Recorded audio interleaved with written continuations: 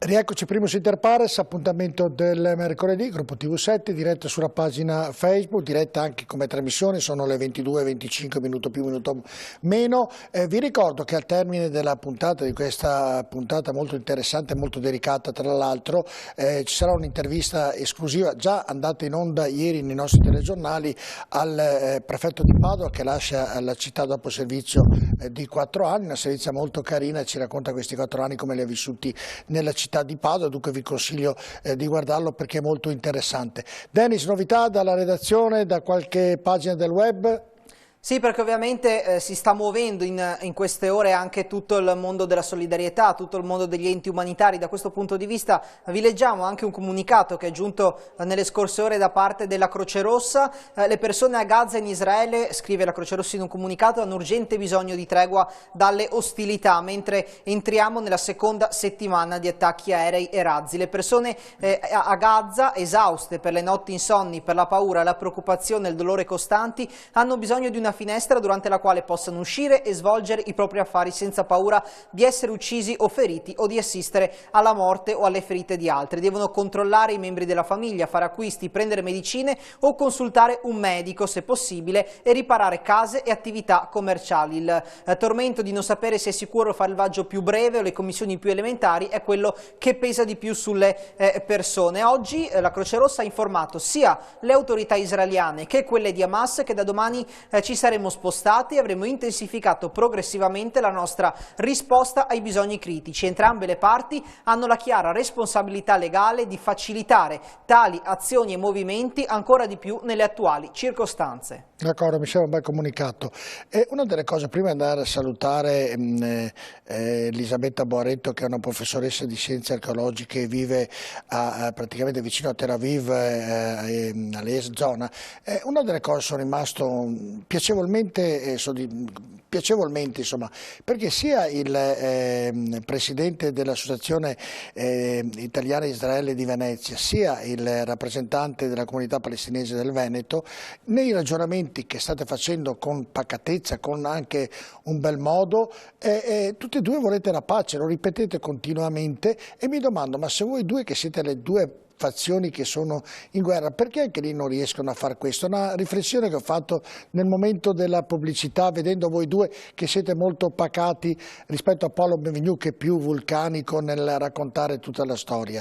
Allora vado alla professoressa Elisabetta Boaretto, che la ringrazio ovviamente, collegata dalla Ness Ziona di vicino a Tel Aviv. Come si vive in questo momento lì a Tel Aviv, Elisabetta? Beh, diciamo che... Mi sentite? Benissimo. Sì. Bene.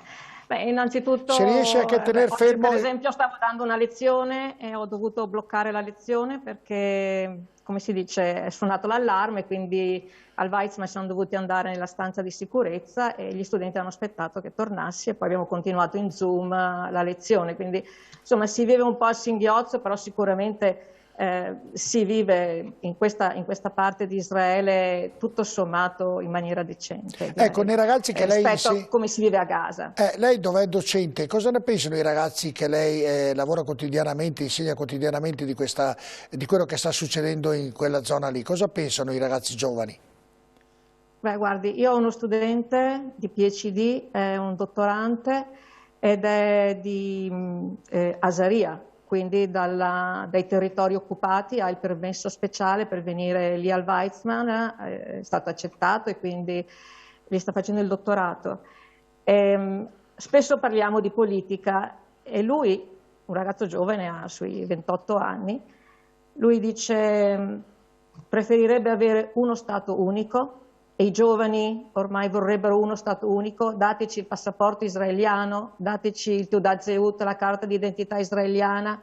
Ogni giorno passano il confine migliaia e migliaia di lavoratori palestinesi che vengono a lavorare in Israele. Io lavoro in archeologia e quindi negli scavi e li vedo, vengono dai territori occupati, vengono tutti i giorni, passano ore a passare il confine. Loro dicono a sto punto facciamo un unico Stato, dateci il passaporto, noi vogliamo studiare, vogliamo lavorare, vogliamo avere gli ospedali. La gente normale, diciamo la maggior parte della gente, vuole effettivamente la pace e sono persone che vogliono gli stessi diritti e gli stessi doveri come tutti quanti. Credo che la parola chiave qui sia proprio dare gli stessi diritti a tutti. E se i nostri leader, dalla parte israeliana e dalla parte palestinese, sia nei territori ma sia a Gaza, avessero il coraggio di fare dei passi molto, diciamo, molto importanti e cercare veramente la pace, io credo che si riuscirebbe a vivere insieme, perché tutti vogliono la pace, vogliono vivere insieme. Tutti la vogliono, però io dalle conclusioni nel preparare questa visione che ho ricevuto, che difficilmente ciò avverrà. E quindi come si potrà avviare, se arriva a una soluzione, come dite voi, come dicono ovviamente tutti i collegamenti che sentiamo, arrivare a questo se una parte dice che succede A e la parte A dice che succede B, cioè se già nei ragionamenti che abbiamo sentito qui tra il professor Volli e Benvenuti ci sono delle diversità che difficilmente si riescono a trovare un incontro pacifico, usiamo questo termine, via. Bisogna fare dei passi molto coraggiosi, questo è quello che bisogna fare. Che passi allora? Bisogna neutralizzare le spinte estremiste, perché adesso andremo probabilmente alle quinte elezioni, nelle quarte abbiamo avuto Ben Gvir che è entrato al governo con Smotrich e quindi sono di estrema destra e sono effettivamente sotto ogni aspetto, sono delle persone che non hanno il rispetto di tutti quanti. Certo. Dall'altra parte il Hamas, ascoltando appunto l'altro studente che viene da Gaza e che studia, fa il PhD al Weizmann, lui lo dice, Hamas non sta aiutando la popolazione. E la popolazione a Gaza sono ostaggi di Hamas e sono prigionieri di Israele. Israele non li fa passare, non li lascia uscire, però Hamas un bel casino. Non gli permette di esprimere la loro opinione. Uso una parola parte sono prigionieri sono veramente bloccati, sono nella situazione peggiore di tutti. Uso una parola poco ortodossa, insomma un bel casino. Salim, proprio per fare il ragionamento che stavamo facendo alla domanda che le ho fatto, cioè per raggiungere quello che sta dicendo anche la professoressa. Ecco, ovviamente è difficile raggiungere la pace quando vediamo nel Parlamento israeliano il 75% dei parlamentari appartiene a partiti di estrema destra. Quindi c'è una politica, continua questa politica, contro l'interesse del nostro popolo, la confisca dei nostri terreni, i blocchi, basta vedere che solo nel Cisgiordania ci sono 400... Vabbè, allora cosa chiede? La Palestina cosa chiede di parole povere? Faccia capire, in modo da farlo capire anche a chi ci sta ascoltando. Una pace giusta. Mi dica la pace giusta qual è? Dire cosa facciamo? La pace giusta, la Palestina dice per fare la pace giusta avere vogliamo uno Stato libero e indipendente. Questo che noi chiediamo. Uno Stato la fine dell'occupazione militare. Stop. Perfetto. Volli, mi sembra che in tutto questo il presidente Trump abbia lanciato pochi anni fa una bella bombetta anche lui nel parlare di Gerusalemme, oppure no? Mi sente? Sì. Benissimo. Trump ha fatto il solo passo serio verso la pace che è stato fatto negli ultimi 20 anni, cioè quelli che si chiamano accordi di Abramo. Trump ha mostrato che è possibile mettere lo stato di guerra fra Israele e una serie importante di stati arabi, cioè gli Emirati Arabi che stanno nel Golfo, il Marocco, il Bahrain, eccetera, eccetera, e che questo è possibile semplicemente perché accettando la situazione esistente, non facendosi delle utopie di distruzione dello Stato di Israele che hanno nutrito finora l'immaginario arabo in generale, in particolare quello palestinese, accettando che tutti sono lì per restare, cosa che Israele assolutamente accetta, è possibile collaborare e andare avanti. C'è Questa cosa è così vera che buona parte dei paesi arabi in questo momento, a partire dall'Arabia Saudita, pubblica articoli di giornale, prende posizioni diplomatiche, eccetera, che condannano l'offensiva di Gaza.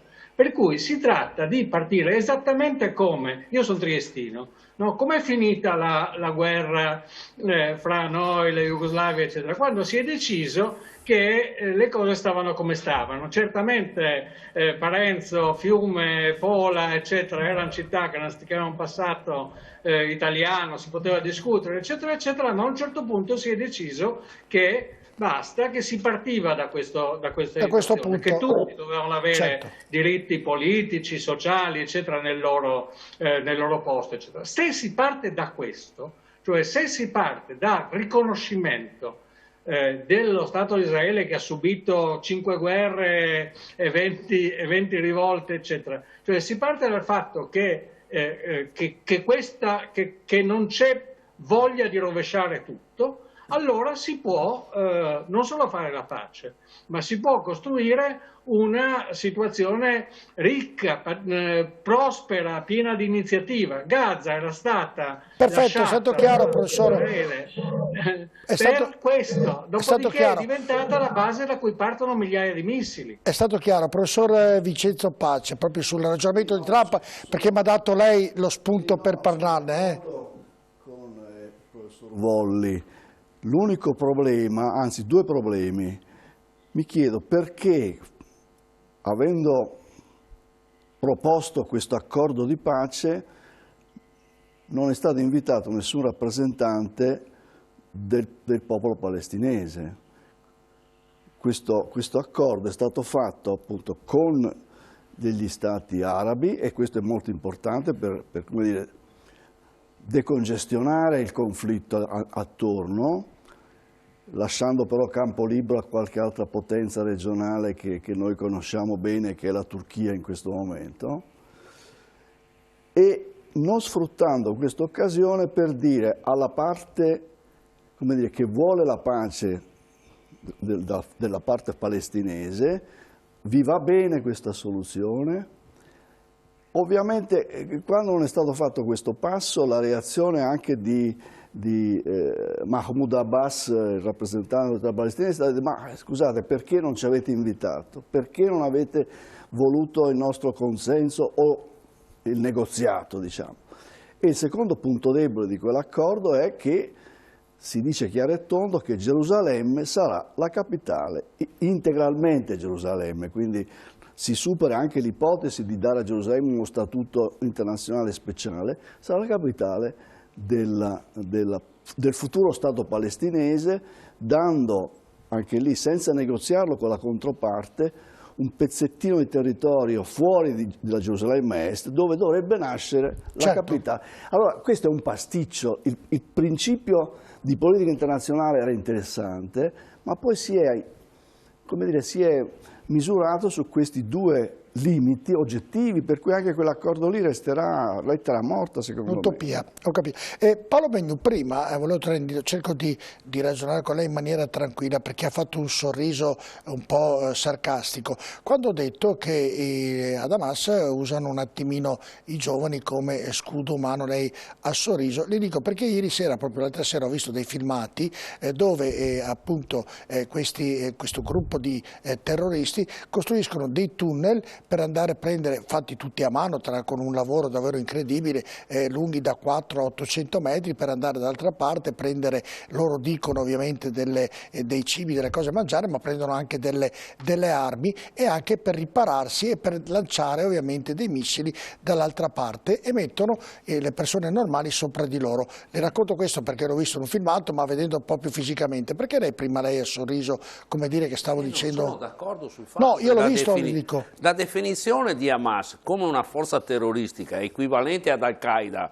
o all'ISIS. E come la considera allora? No, Hamas ha la maggioranza nelle elezioni del popolo di Gaza.